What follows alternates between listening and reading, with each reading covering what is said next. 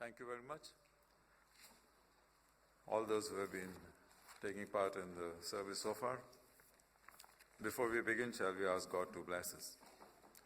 Our merciful and loving Heavenly Father, we thank you that we have this opportunity to be part of thy family. We pray, Lord, a special blessing on all those who are here today and many of us who are not able to be with us worshiping in this church. Turn our hearts, Lord, to thee, and may we worship thee in spirit and in truth. For this is our prayer. In the most holy name of our God and Savior, Jesus Christ's precious name we pray. Amen. A very good morning to you. It's not always that we can stand here and say good morning when we start the message. And as an introduction, the memory text was very good. Jesus asked the question, and it must have sounded a bit awkward to his family members when he said, "Who is my mother, my brothers and sister?" And did he give an answer to that? Surely he did. He said, "Look, these are my brothers and sisters," pointing to his disciples. "Anyone who does the will of my Father in heaven is my brother, my sister, and mother." Do you notice he missed one person there? He didn't say father. Probably his father was not alive that time. I'm not very sure about that. But when it was pointed out to him in the midst of his preaching, your mother, your brothers are waiting to meet you, he told that answer. Anyone who does the will of my Father in heaven is my brother, my sister, and mother. It simply means that all of us today belong to the same family. Well, we belong to the same family by creation. We also belong to the same family by redemption. It's our choice. And Peter raises it to the next level.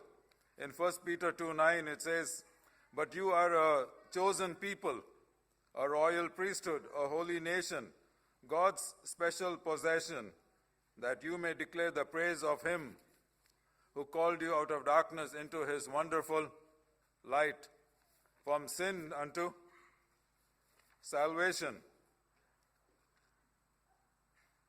It's wonderful to belong to a family. Now, not everybody has that privilege. Just a very, very quick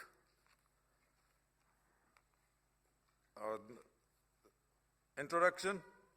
It was many years ago, many years ago, that my journey started in India, in the western state of India. And at that time, I was not aware that I was going to be part of a very big family, 9 of us. And my mom gave me some details about the circumstances surrounding my birth. We read in the Bible circumstances about Jesus' birth. There was a star, there was wise men, there were shepherds out in the field. For me, it was a little bit different. None of that happened. She said there was a missionary. 6 o'clock in the morning on Sunday morning, her labor pain started. Now, all those who have had labor pain can understand what that means. Unfortunately, a lot of men here wouldn't know anything about that. And I was born by 8 o'clock. It was just 2 hours. 2 hours labor. It wasn't too bad. And the missionary was an Adventist missionary, and there was a midwife who finished her shift at 6 a.m., and she was a Catholic midwife. And she said, "I'm going for my Mass, and I'll pray for you," to my mom. Well, it's nothing wrong for a Catholic woman to pray for a Protestant woman. And the problem started after I was born. My father decided to give me a Catholic name, which was a middle name, Lyndon Christian. There's a Catholic middle name. And my father said, that's going to be his middle name. And it's named one of the Pope. The previous Pope took that title, number 16.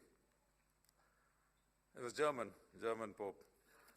And so my my dad said, now, if I just give him a Catholic name, that's not going to make him a Catholic, will it? So he had his way. So my birth certificate, my school certificate has a Catholic middle name. Now, I've never given allegiance to the Pope, in spite of having a Catholic middle name. But my mom also told me a few smaller details. She said, 3 of you out of 6 did not cry at birth. 3 of you out of 6. Number 1, number 3, and number 5. The first child, the third child, and the 5th child did not cry at birth. Now, for all the mums, the happiest moment for a mum is to hear the baby cry. The first time a baby is born, the babies cry. If they don't cry, the mum is sad. Anytime after they're born, if the baby cries, the mum is upset. But at birth, they're very, very happy when the baby cries. You can ask your mums whether they're happy or not. And she said, you were the worst. You were blue. You were not crying, you were blue, and the cord was twice around your neck. So they got this, all that, they disentangled all that. And I was fine after a little while. I started my life with pure oxygen. I told that to some of the gynecology friends I had. Tell me this, what was the birth like? They said, normal birth. Anything particular your parents said? No. I said, unfortunately, you guys had to breathe air, but I got pure oxygen. So there's something I thought there's something special there. Start your life with pure oxygen. The other two was one had too much of fluid in amniotic fluid. The other one needed some injection to sort him out. But all of us ultimately did okay. Now the family that God talks about is a lot bigger than a biological family. We start on this earth as part of our parents' family. Then we have our own family. So we merge. When we get married, we have a different family. And then our children get different families. So it keeps broadening in the scope. So when God created us, He put us in a perfect situation. No hiccups there. Unlike what I had. Adam and Eve, in a perfect world, sinless being, the first marriage solemnized by God Himself. Now, I understand there are a lot of different definitions of marriage, but we'll stick to the definition given in the Bible.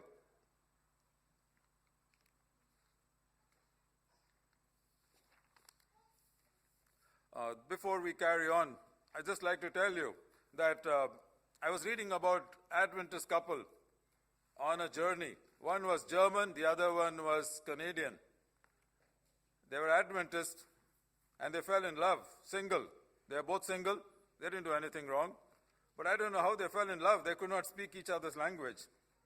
They got married and their children wrote the book. So I was a bit concerned when my friend, who's from India, he said he wanted to marry an Arabic woman. I told him that, do you know Arabic? He said, no, nothing. I said, how are you going to cope? But let me teach you 3 words, I told him. A little bit Arabic that I knew. I said, one is shukran, means thank you. If your wife does anything good, tell her thank you, shukran. And if she cooks something nice, tell tamam, good. That's very good. And he said, what's the last word? I said, khalas. If you don't like the way she's behaving, just say khalas. Finish. Over. So he rang his wife-to-be in Canada, US, and he told her, my friend is telling me these 3 words. Is that enough? She had a good laugh. I'm sure his vocabulary will increase. My Arabic vocabulary has increased by another 2-3 words, but I have not passed it on to him as yet. These are some of the salient features when you belong to God's family. Ephesians 2:19, it says like this, now therefore you are no longer strangers and foreigners, but fellow citizens with the saints and members of the household of God. God has called you to be part of his household, his family.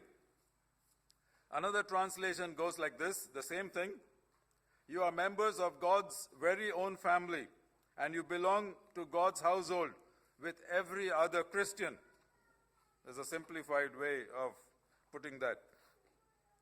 What are some of the features, the important features or salient features of being part of God's family? The church is God's family on this earth, this church. I'm sure there are more to just Adventists in God's family. In Hebrews 10:25 it says, believers are urged not to forsake meeting together. Believers are urged not to forsake meeting together. Paul is encouraging believers to meet as far as possible. So corporate worship, fellowship, and shared learning, these are some of the blessings that you get. It's vital for building up the body of our Lord.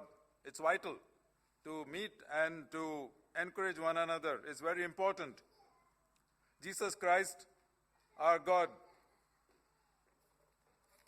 to know him and to motivate each other in the faith. What do you require to do to be part of this family? Jesus told Nicodemus, unless you are born again, you cannot see the kingdom of God. We need to have the experience of rebirth.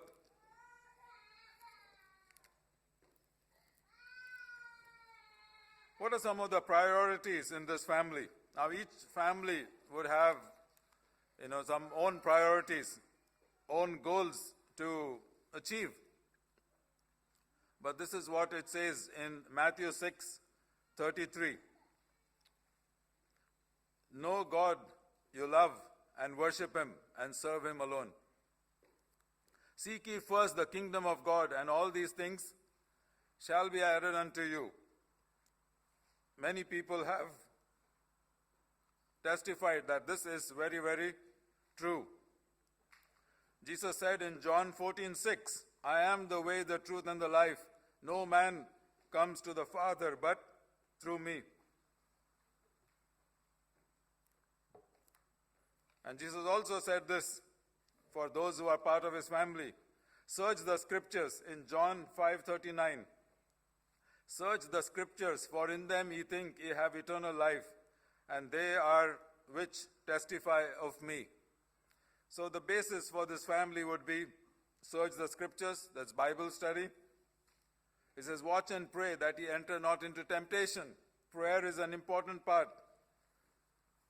Many people here can testify that God has answered prayer on many occasions. Going back many, many years, when I was in primary school, I lost an umbrella. And I've told this before, I'm sure, in this church. And I prayed for it. I was playing outside the house, outside the gate of the compound of the house. And I'm quite sure somebody must have lost it. Somebody must have picked it up. But when I came back home, the person who was working for us, for my parents, he had found it and he brought it to the house. So that prayer was answered even before I prayed for it. So there are some prayers God says no. Sometimes he delays yes. In 1991, I applied for my surgical training and I passed the written test, but they put me out in the interview. I honestly thought they made a mistake. And I didn't deserve to get selected that year. There were others who did better than me. It took another 3 years before I applied again. And I got selected that time. So sometimes God says, wait, this is not your time. Sometimes God says no, and a no is a no. Do you have that in the Bible when God said no, and he meant it as a no? Moses pleaded with God. He said, let me go into the promised land. Finally God told him, now listen, Moses, stop it. Don't ask me this anymore. You are definitely not going there. No way. I'm not taking you there. But this is what Moses wrote in the Bible in Deuteronomy 6:5. Love the Lord your God with all your heart and with all your soul and with all your mind, strength. It depends on the translation you read. Moses also said this, impress these upon your children. Not just keep it to yourself, impress this upon your children. Talk about them when you sit at home, when you walk along the road, when you lie down, when you get up. What does it mean? Every time, all the time. Very good.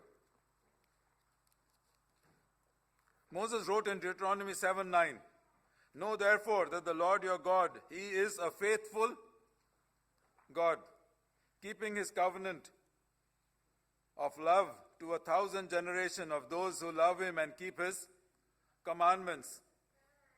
Furthermore, in Deuteronomy 8:5, He said, know then in your heart that as a man disciplines his son, so the Lord disciplines you. A little bit more about Moses. In Deuteronomy 7:13, he said, He will love you and bless you. He will increase your numbers.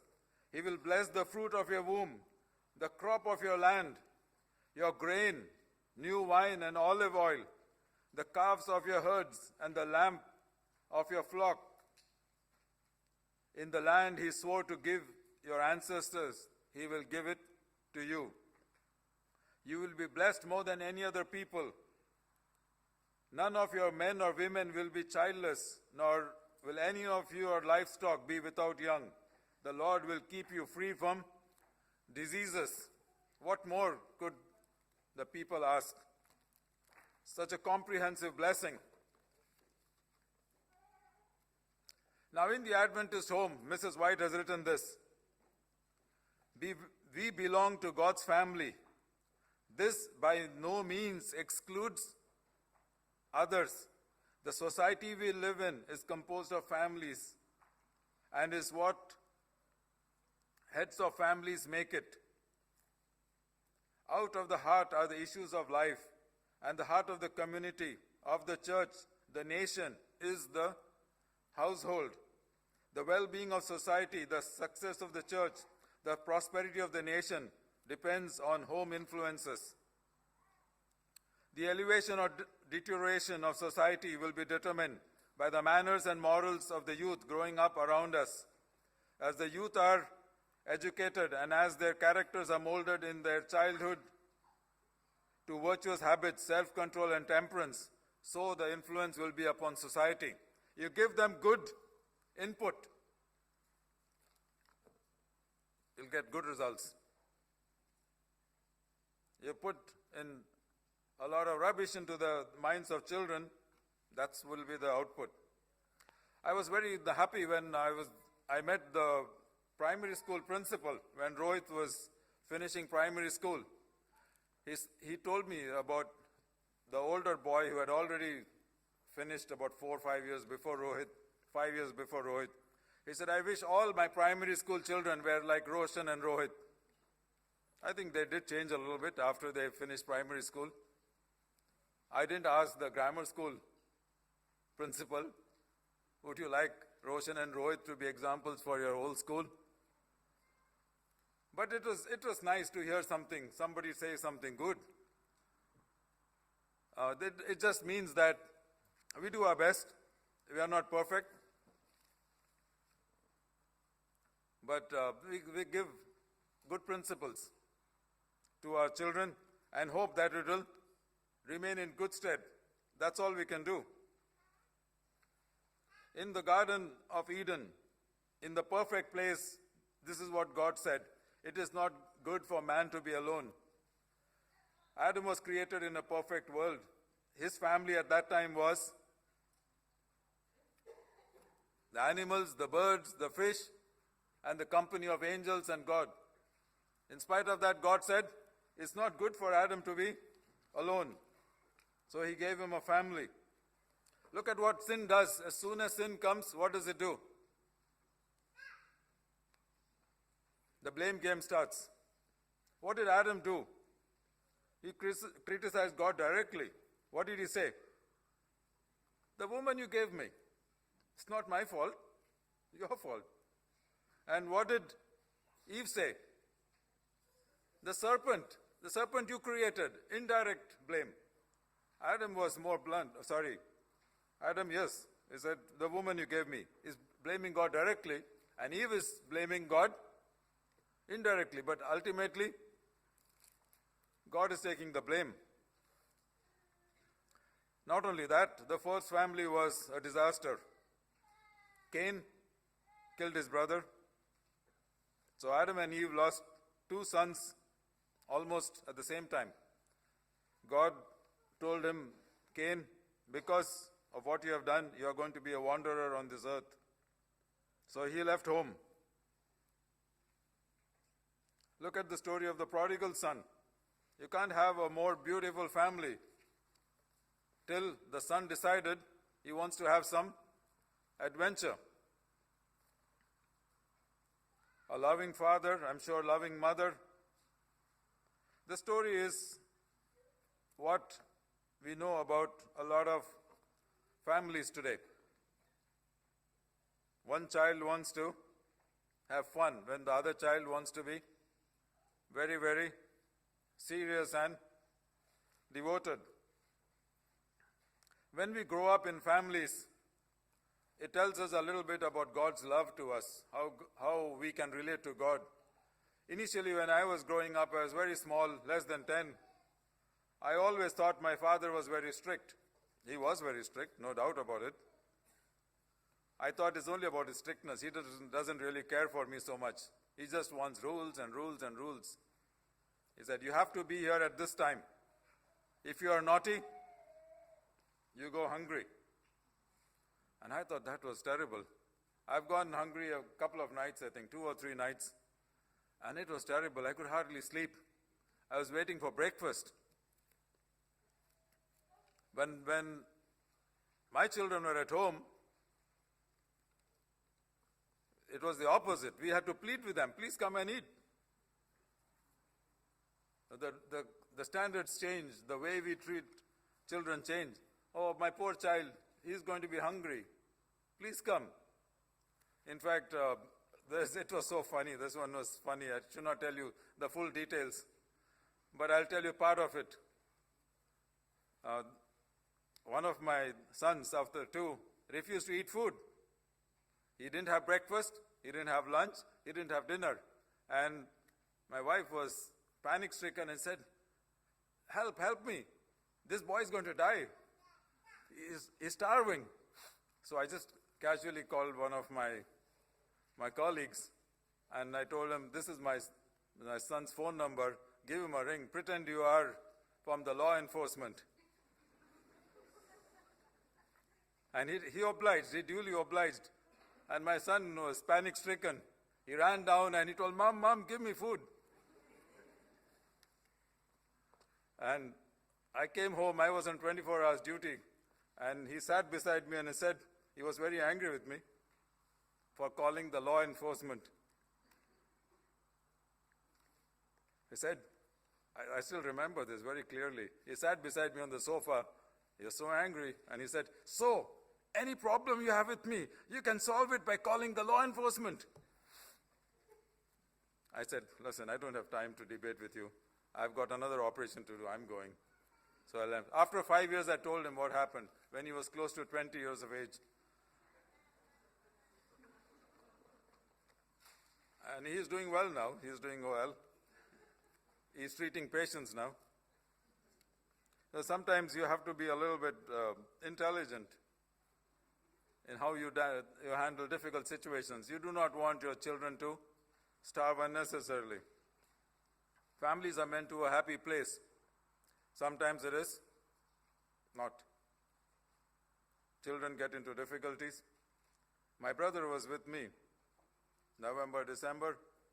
I thought I knew a lot about him, but he shocked me by telling him his life story.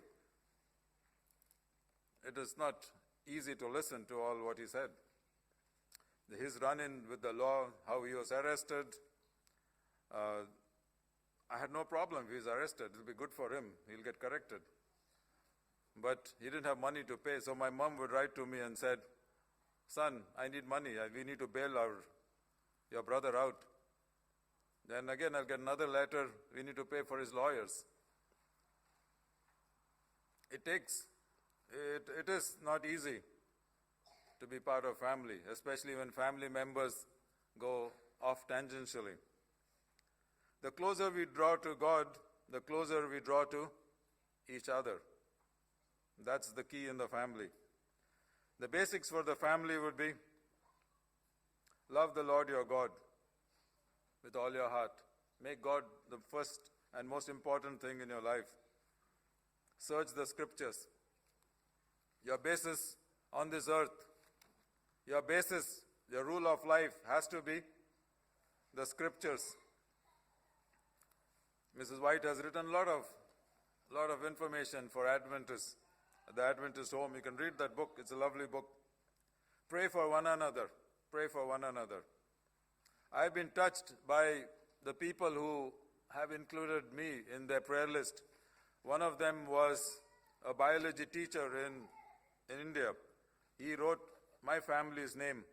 The other one was my mother-in-law. She wrote every single child of hers, the son-in-law, daughter-in-law, the grandchildren. And at the bottom of the list was my name, my wife's name, and children's name, because she was the youngest. It's not that we were the least important. She was the youngest. Forsake not the assembling of saints. You may not think that the church is the best place to come to, but remember, the alternative is worse. We are not here saints. We are not perfect people. But we are people who love the Lord. And we are on a journey together. We will improve as we learn from one another. We will also improve as God changes our heart. Do not forget, you are a chosen people. God has chosen you. You are a royal priesthood. You may not be born to a royal family, but you cannot get better than the royal family of God. You are a holy nation. Commit your heart to God and remain holy people to God. You are God's special possession, that you may declare His praise on this earth.